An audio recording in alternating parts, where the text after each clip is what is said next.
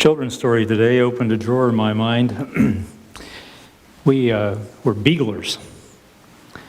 Raised beagles, not for show dogs, but for field trials. And summer mornings found me at the Solera Beagle Club, and I would frequently find box turtles and take them home. Never lost any, but not being very creative on how to name them, I decided to name the first one with the word one, pronounced backwards. So instead of O-N-E, I pronounced it E-N-O, Eno. Oot was number 2, Eert was number 3, Roof was number 4, Evif was number 5, 6 was Ixis, 7 was Nevis, 8 was Tay, 9 was Enon, 10 was Net. Try 22. I had 27 of them at one time, and I knew them all by name, the colors, the yellows and the reds, and their eyes, and they loved tomatoes. I learned that. I had no idea about them trying to get home. They never died. And when I don't even remember where I let them go when I finally went away to college. I probably took them back to the Beagle Club and they found their way home, I guess. I appreciated that story. Seems like a number of the times that I've stood in this pulpit, I was directed to speak about education for Education Sabbath, our annual Education Sabbath. Today I wasn't given that charge, so given that I could talk about anything I wanted to, I decided to talk about education. I'd actually like to share some stories with you about my life as an Academy Bible teacher. Some people would call that an awesome responsibility. I call it an awesome privilege.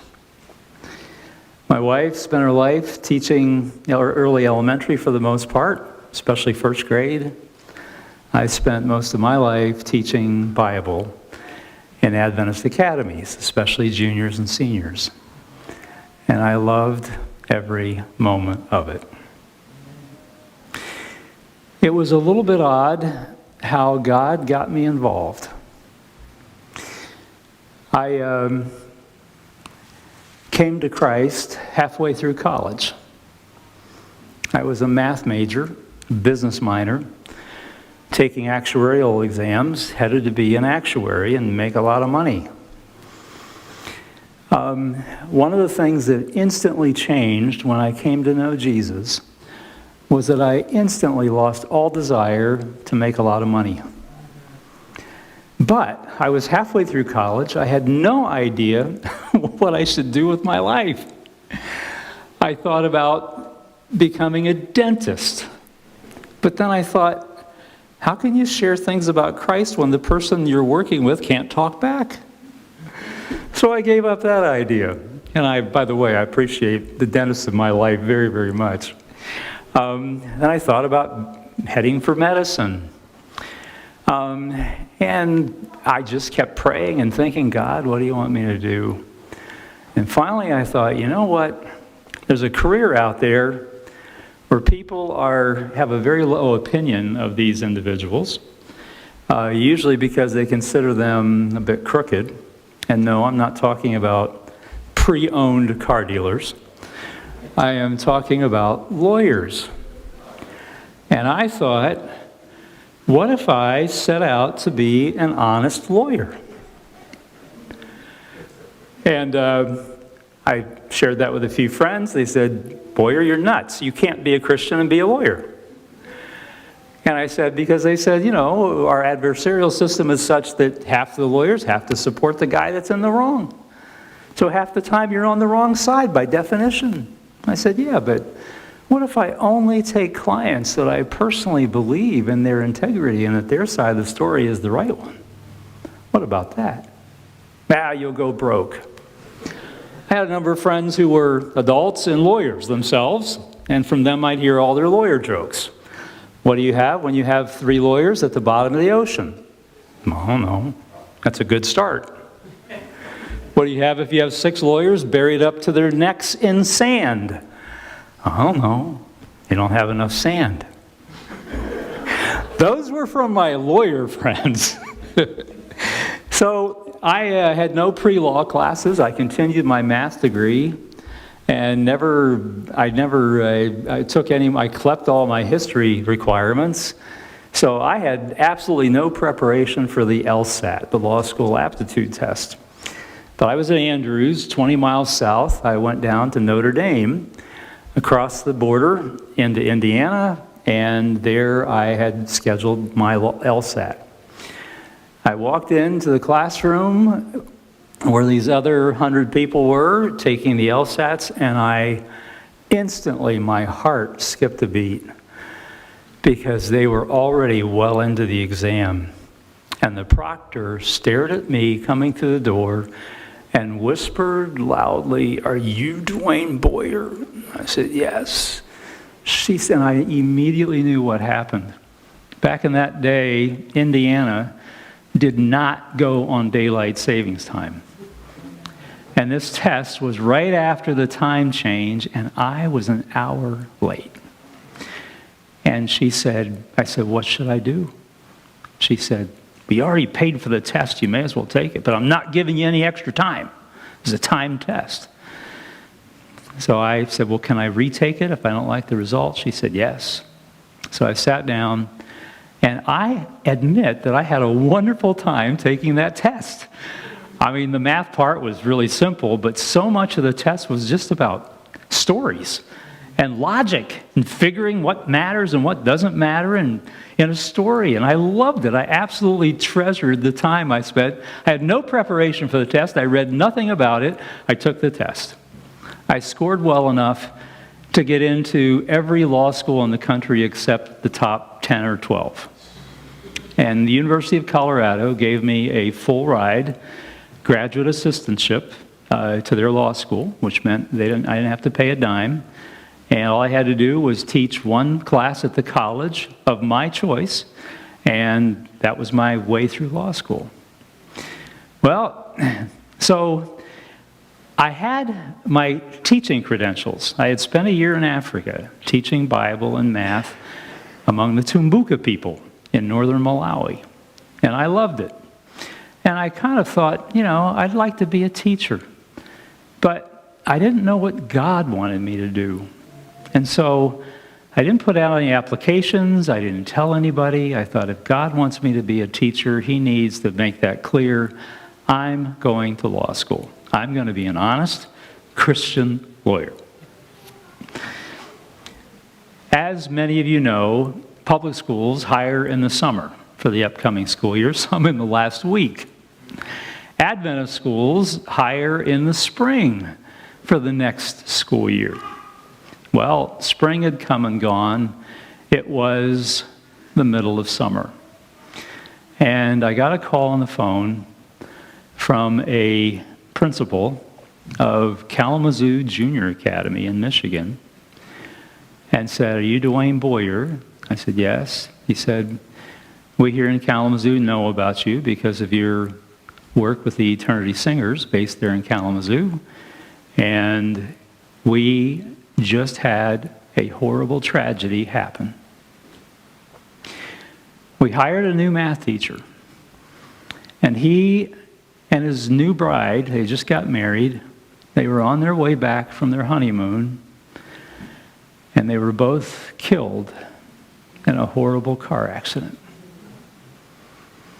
And we know you have law school plans, but is there any way that you would consider suspending your plans and spending at least a year with us teaching math in our 10th grade school?" And I thought, wow, here's a school that's desperate. I was dating Bev. She was at Andrews. Kalamazoo was an hour away. I wasn't looking forward to leaving her. I absolutely loved, even though I didn't feel like I was properly qualified to be a member of the Eternity Singers. They were based in Kalamazoo. I wasn't looking forward to leaving them. And I really thought I'd like to teach. And so I said to the principal, I said, "I'll make you a deal. If you would also let me teach Bible, I'll come to your school and teach math." I did not know until decades later that he taught the Bible classes, and it was the number one love of his life, teaching. He freely gave it up in order to get me there to teach math. I shall never forget the first day of school. My homeroom were 7th and 8th graders. And I was doing worship first thing in the morning. And these 15 kids were sitting there. I was 22 years old. These 15 kids were sitting there, and they just were spellbound.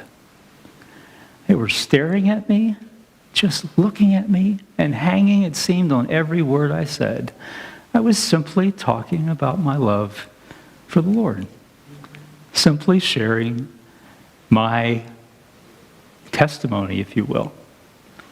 And I realized in that first hour, the first day of the first year of my teaching, I had this stunning realization as I stood there talking with the kids that all my career dreams just came true. I was mesmerized by this whole thing of teaching Bible. Even though I didn't have any training, I didn't have any Bible classes in college beyond the minimum that they require for all majors, but I was in love with that. Well, I realized that Jesus was all in my life. He was the center of my life, and the center became all.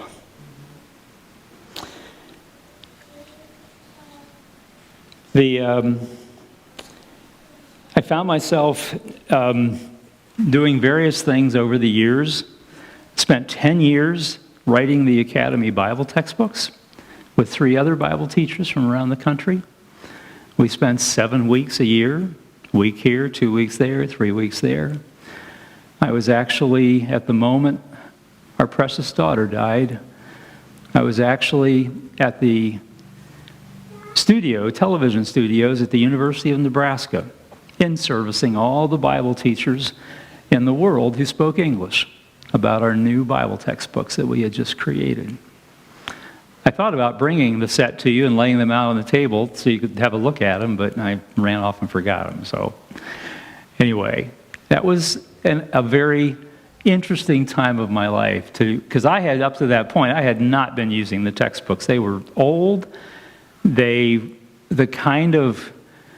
person who wrote them was a teacher of mine I admired him greatly, but some of the things that he taught and that were very clear in those Bible textbooks were just things that times had changed. I mean, that women should never wear pants was a critical teaching of those Bible textbooks, as an example. So anyway, I created my own classes and enjoyed them immensely. 5 years later, Bev and I found ourselves at Garden State Academy, a senior academy. I had always dreamed about teaching juniors and seniors, and our junior academy only went up to 10th grade. So here I was at my first senior academy. And we arrived there in the summertime. Raynell was 1 year old. Aaron was about to be born a year later. And got there on campus when the pastors of the New Jersey Conference were having their pre-camp meetings. And I had gotten the message from the conference president. Some of you will remember the name Don Schneider, who ended up being the NAD president for years, and someone that, in my lifetime is the NAD president that I like the very most, or at least second to most. He and Charles Bradford were my all-time favorite NAD presidents. But Don Schneider was the conference president at the time. And I had never met him, hadn't even talked to him on the phone. And I got the message that I was to come to the cafeteria and there meet all the pastors of the conference. So I was on my way. Now, you'll only appreciate what I'm about to tell you if you know Don Schneider. As I was walking to the cafeteria, this lady who had a very frantic look on her face came walking up to me, and she said, "Are you DeWayne Boyer, the new Bible teacher?" I said, "Yes." She said, "Have you met my husband yet?" She said, "I'm Marty Schneider. Have you met my husband yet?" And I said, "No." And this wave of relief washed over her face, and she said, "Good." And I looked at her, and she said, "I just wanted to let you know that there was one member of this marriage who was normal." If you know Don Schneider, you understand exactly what I'm talking about. So I walked into the cafeteria. They were in the middle of eating. Don was holding forth with some kind of directions or whatever for the pastors, and he saw me walk in, and he immediately stopped everybody from eating. Forks halfway to mouths froze. And Don trotted me out there and announced me as the new Academy Bible teacher. And he went on to ask the pastors, how many of them had me booked to speak in their churches during that next upcoming school year? Which was a stupid question. I had just arrived on campus. I didn't know them, they didn't know me. Don knew that, didn't matter. Well, he shamed them. I don't know where pastors who are dressed in their duds for working, getting ready for camp and having camp pitch, I don't know, they carry these little calendars everywhere they go, I guess. But within the next 15 minutes, I had a complete list of bookings to speak in churches in the New Jersey Conference for the next year. And I thought to myself, looking at this list of all these churches, I thought, why should I do these by myself? Why don't I get students to be involved with me on these excursions? And so I created what became known to me, and I wish there was a better term for it. I just called it the seminar team. I had 10 kids, 4 seniors, 3 juniors, 2 sophomores, 1 freshman. And I chose a theme, and each of the kids picked a sub-theme within that big theme. So that on any given Sabbath, I could take any 3 of them with me, take some special music, take somebody to do a children's story, and I could tie all their little 7-minute talks together and make a really nice sermon. So I did that. For those 4 years. 3 years later, we found ourselves at Walla Walla Valley Academy, and I continued that tradition. And then 16 years, DeLon. It only took you 4 to get through TA. It took me 16. And I did the seminar team all those years at TA. In fact, last week, a TA student who's quite a bit younger than you, I believe, wrote to me. He is now the senior pastor of Sligo Church. And he told me about the seminar team and about how he learned from this math teacher how to make a sermon. He said, I learned more about preaching from being a part of the seminar team than I ever learned in homiletics class in seminary. And here he is now the pastor of a 3,000 plus member church. Wow. Several members of my seminar teams over the years are now pastors. One, at least, is a college religion teacher. And I really, really enjoyed that experience. It was not something ever assigned to me, just something I did on the side. My favorite way of selecting a member, I never took volunteers. I always handpicked members of my team or relied on the other Bible teachers to help me, to advise me of kids I didn't know that they were teaching, who to be on my team. My favorite kind of person that I looked for was a student who was shy. They were not the upfront type, but I imagined, looking into my crystal ball, as cloudy as it was, the kind of student who I imagined 20 years later would be an upfront kind of person. And that's the kind of person I wanted, somebody that looked to me to be really tight with the Lord, somebody who was smart, who could follow my directions in the scriptures that they were researching and talking about in the churches, etc.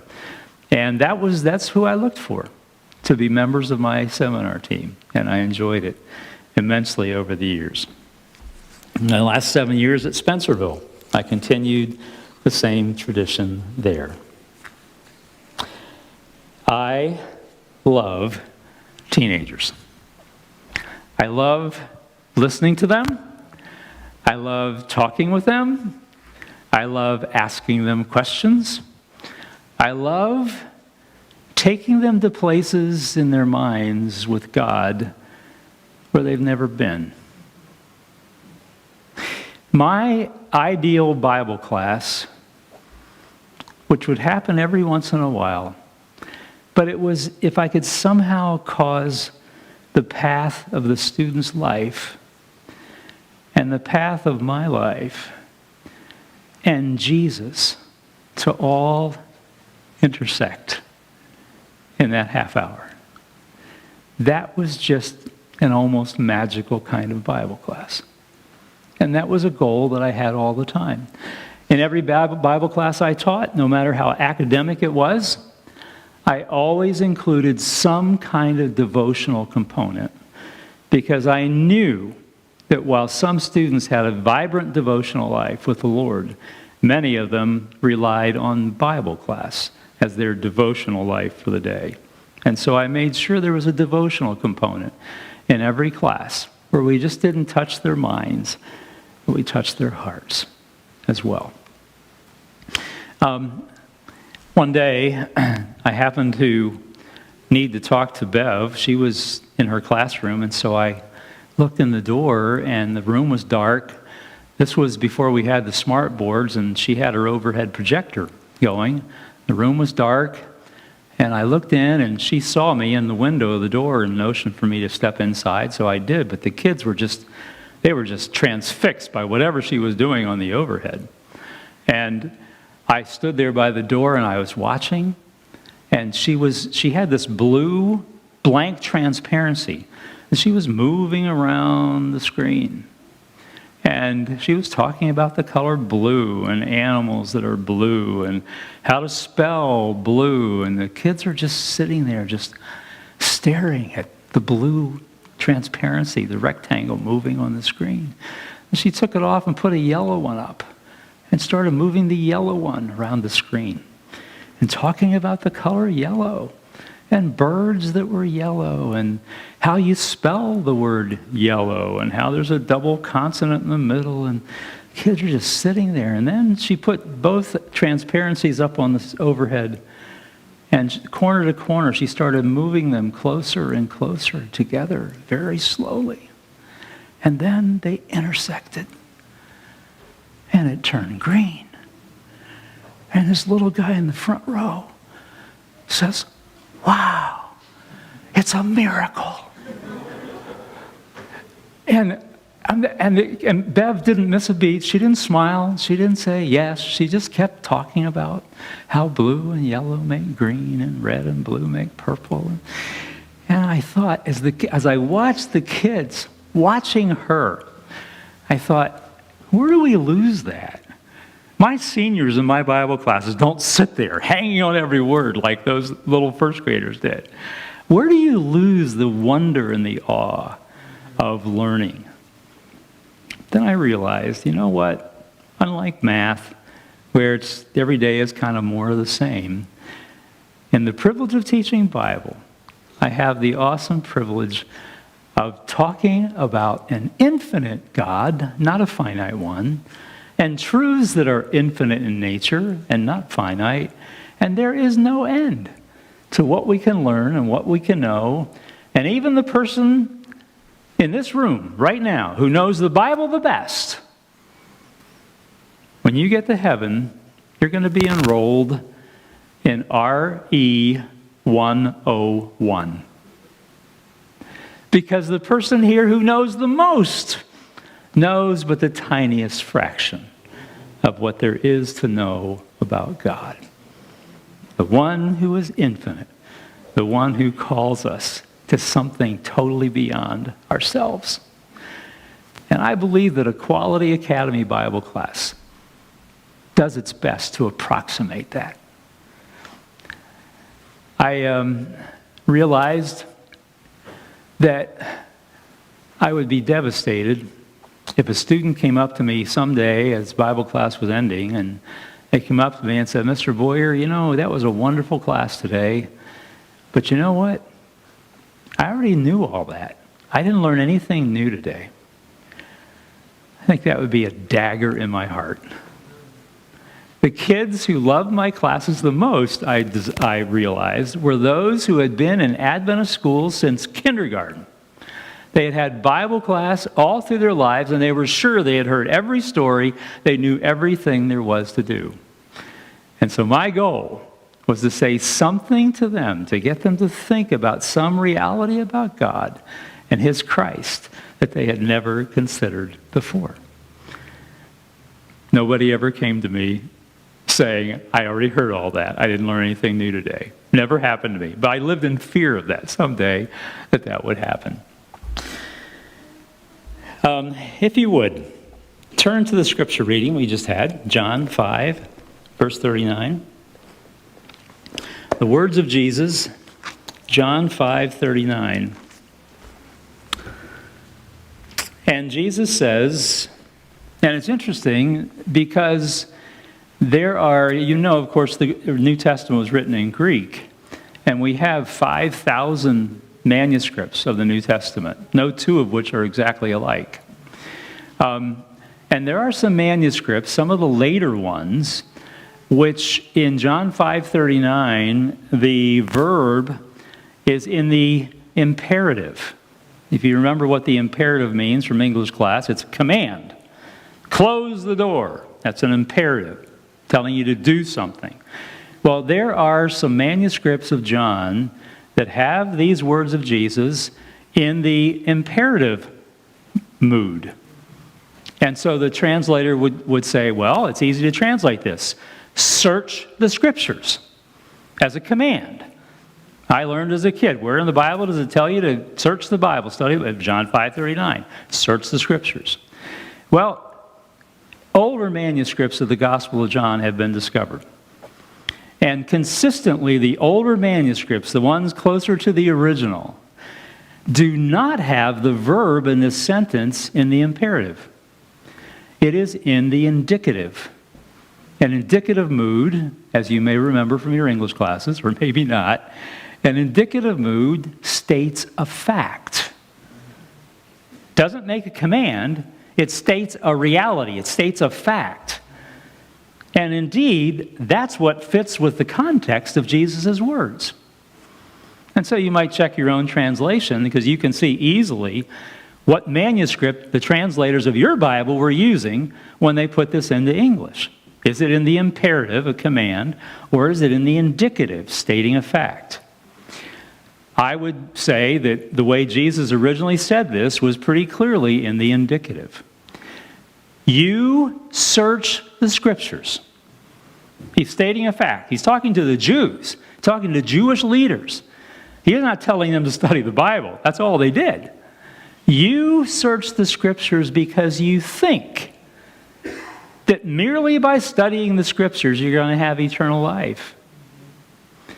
But these Scriptures point to me, Jesus said, and you won't come to me that you may have life. Wow. Wow. Jesus is saying here, there is no life in a book. No matter how holy or inspired that book is, even infallible. Life is found only in the person of Jesus. And the Scriptures are intended not to be an end in themselves. They are intended to be a means to an end, the end being Christ Himself.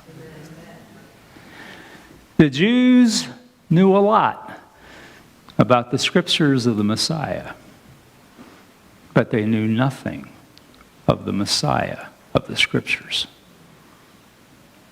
And they didn't have life. And so, being a Bible teacher is a bit of a misnomer. I'm really somebody who is handling as best I can the means toward the goal, toward the telos, toward the end, that being Jesus Himself. In Him alone is life. And God alone is ultimate truth. In the Holy Spirit alone, indwelling your life, the only source of real power in this universe. I heard a story once. This is not about me, but about another teacher. It goes like this. An old man meets a young man, and the younger says, "Do you remember me?" The older man says, "No." And then the young man tells him that he was a student. The teacher says, "Oh, now what did you end up doing with your life?" And the young man answers, "Well, I became a teacher." "Ah, how good, like me." "Well, yes. In fact, I became a teacher because you inspired me to be like you." "Well, what was it about me that convinced you to become a teacher?" And the young man told him this little story. One day, a friend of mine came in with a nice new watch. And I decided I wanted that watch. I stole it. I took it out of his pocket at recess. Almost immediately, while we were outside in the cold, my friend put his hand in his coat and realized the watch was gone. And he immediately went to you to complain. We came inside, and you instructed us to leave our coats on. And you announced, mentioning the student by name, this student's watch was stolen during recess. Whoever stole it a few minutes ago, please return it. I didn't give it back because I didn't want to. So you closed the door and told all of us to stand up and form a circle. You were going to search our coat pockets one by one until the watch was found. However, you told us to close our eyes because you would only look for the watch if every eye in the room was closed. So we did as you told us to do. You went from coat pocket to coat pocket, and when you went through my pocket, you found the watch and took it. But you didn't stop when you found the watch. You kept searching all the rest of the students in the circle, their pockets. And when you were done, you said, "Open your eyes. We have the watch." You didn't tell on me. You never mentioned the episode again. You never said who stole the watch. It was the most shameful day of my life. But that day, you saved my dignity forever.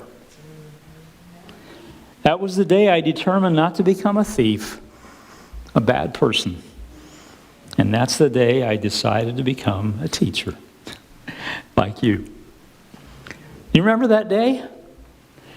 The old professor answered, "Yes, I remember the situation about the stolen watch, which I was looking for in everybody's coat pockets. But I didn't remember you." You know why?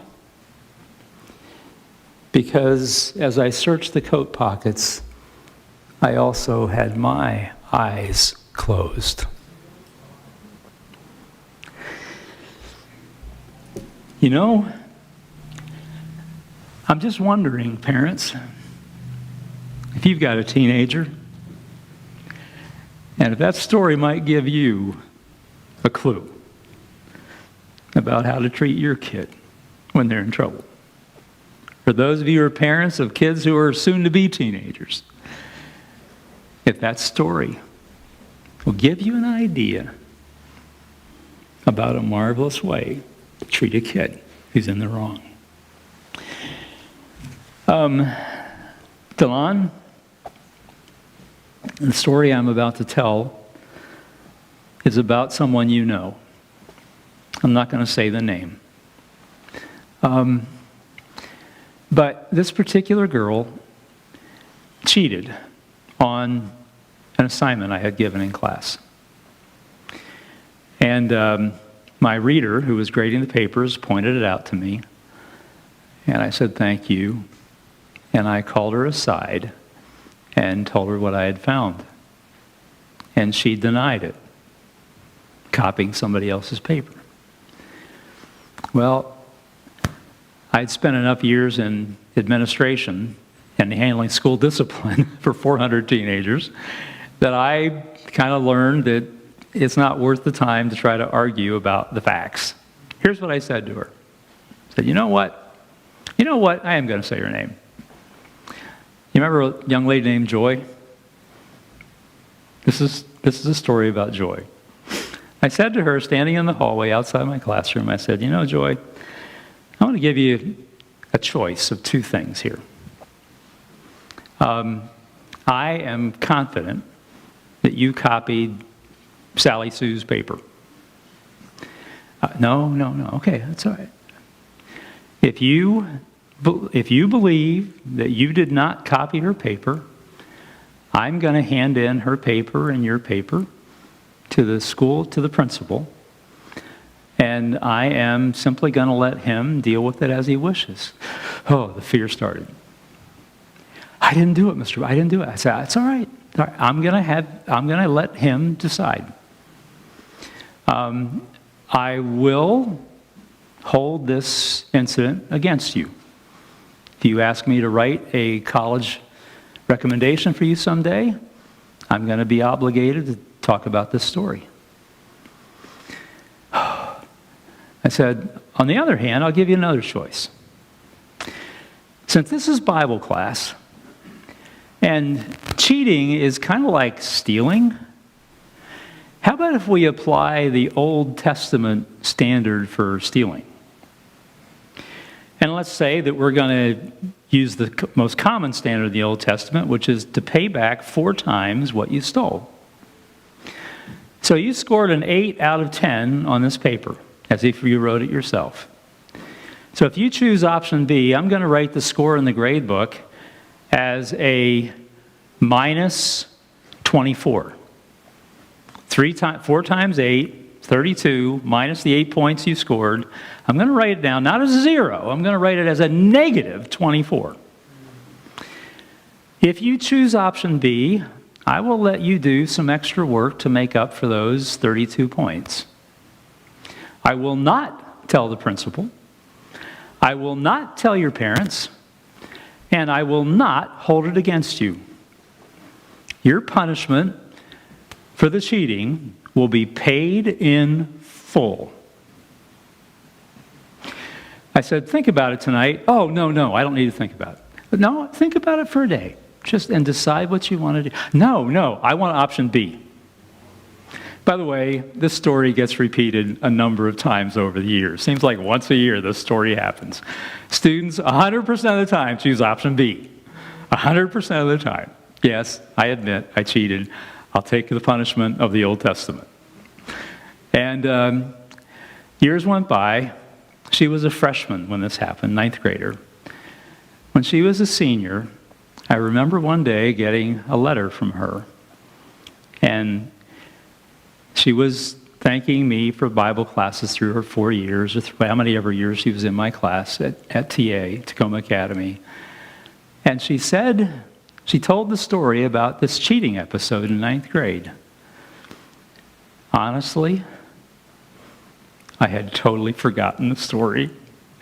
I did not only did I not hold it against her, but somehow, maybe it was a gift of God, I totally forgot the story. It was her writing about it that reminded me of the story and helped me remember it to this day. I served for years as the assistant principal in that school, and I always looked for ways when kids were in trouble to find a way, if I could, that preserved their dignity and that allowed them to grow from their experience and not get... I never wanted to kill an ant with a bazooka. If I could, by talking with a student, adjust something in their minds about how they make decisions in such a way that they are changed for the good, for not just a day or a year, but maybe for the rest of their lives, then I've really accomplished something as an administrator, as someone in charge of discipline. I got in trouble with one of my colleagues one time. This kid had done something wrong in her class. She sent the kid to me, and she was of the mindset that punishment, the way you handle misbehavior, is punishment. Punishment first, punishment last, punishment every step of the way. Well, I didn't punish the kid. I talked with the kid instead. Sent him back to class. And when she found out that I didn't produce a punishment, she was furious. She came to see me, and I said to her, she was my friend. I called her by name. I said, listen, if you don't see an immediate change in this student and his attitude toward you and his integrity in your class, come and see me immediately. I've got more things in my bag of tricks, including plenty of punishments. But I ask you to give the conversation we had, the quality conversation we had, give it a chance to make a difference in his life. In his life, not just in your class, but in his life. She was skeptical. She left my office and never came back again, because the kid indeed made a change in the way he saw his teachers, in the way he saw the issue of integrity in his life. I tell you, I started out with a story about a tragedy, about this young man and his bride who were killed in a car accident, which had the unplanned cause of changing the entire career of myself. Instead of going to law school, I ended up becoming a Bible teacher because of that tragedy. I never knew Steve Newharth, never knew his bride.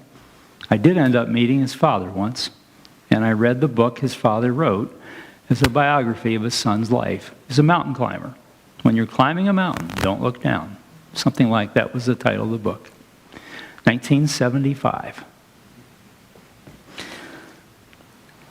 Something else happened on the day of that accident.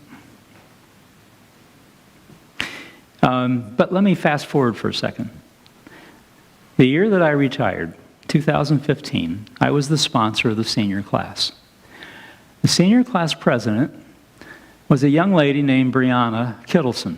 She was a brilliant class president. She had been president her junior year and was doing a phenomenal job as class president her senior year, working a lot with me, planning from everything from graduation, the class trip, and whatever else. So with that in mind, let me go back now to the story of this tragedy. When this accident occurred and these two young people were killed, there was a witness to the accident.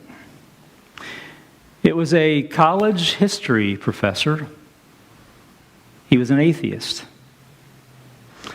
And there was some kind of a I don't think it was criminal, but there was a civil lawsuit that came as a result of the accident. And since he was an eyewitness to it, he was called to court to testify of what he had seen. Well, the groom's parents were there. They were Seventh-day Adventists.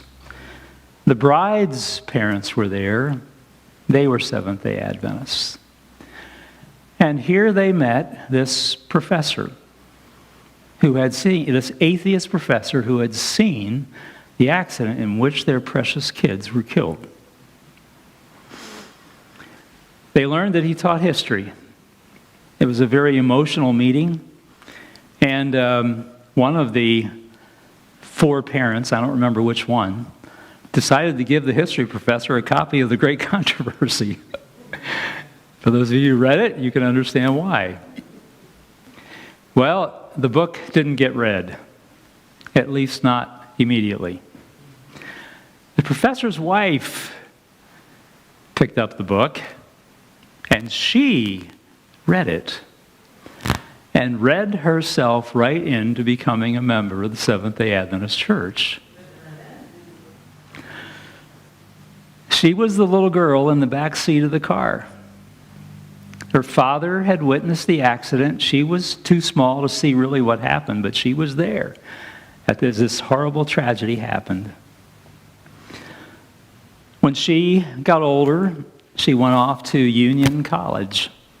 This young Adventist lady whose mother had become an Adventist because of this story that I just told you. She found a young man, a young Adventist man, and they married. Years went by, and they had 3 kids. 2 boys and a girl. You'll never believe who the girl was.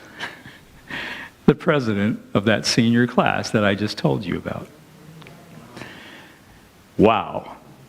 You've heard the saying, truth can be stranger than any fiction? If that story isn't evidence of it, I don't know what is. I don't know what is. By the way, the father, the atheist professor, also later became a God-fearing believer and was baptized as a Seventh-day Adventist. At Brianna's high school graduation in 2015, obviously I was involved in it as the class sponsor. And as I preached the baccalaureate sermon that Sabbath morning, I told this story. Her grandparents were sitting right here, front row, all the way on the side at Spencerville Church. I told the story, and I kind of looked their way a few times. Am I getting the detail right? Yes. The grandparents who had not heard this other part of the story, they were, very, very appreciative of what it was. I'll tell you what, you just simply don't know. You don't know. God is the God who donned a human cloak and became one of us. The Bible tells the story, and as a Bible teacher, I must tell the story. This God washed a dozen pair of dirty feet. This God accepted the unacceptable. This was a God who welcomed the worst of sinners. This is a God whose leading in our lives amazes. This is a God who has the ability to make good come from bad. And this is the God who is worthy. He's worthy of you placing your ultimate trust in Him, to lead you, to be the one, the only one, whose love will never fail you. His love has no limit. His grace has no measure.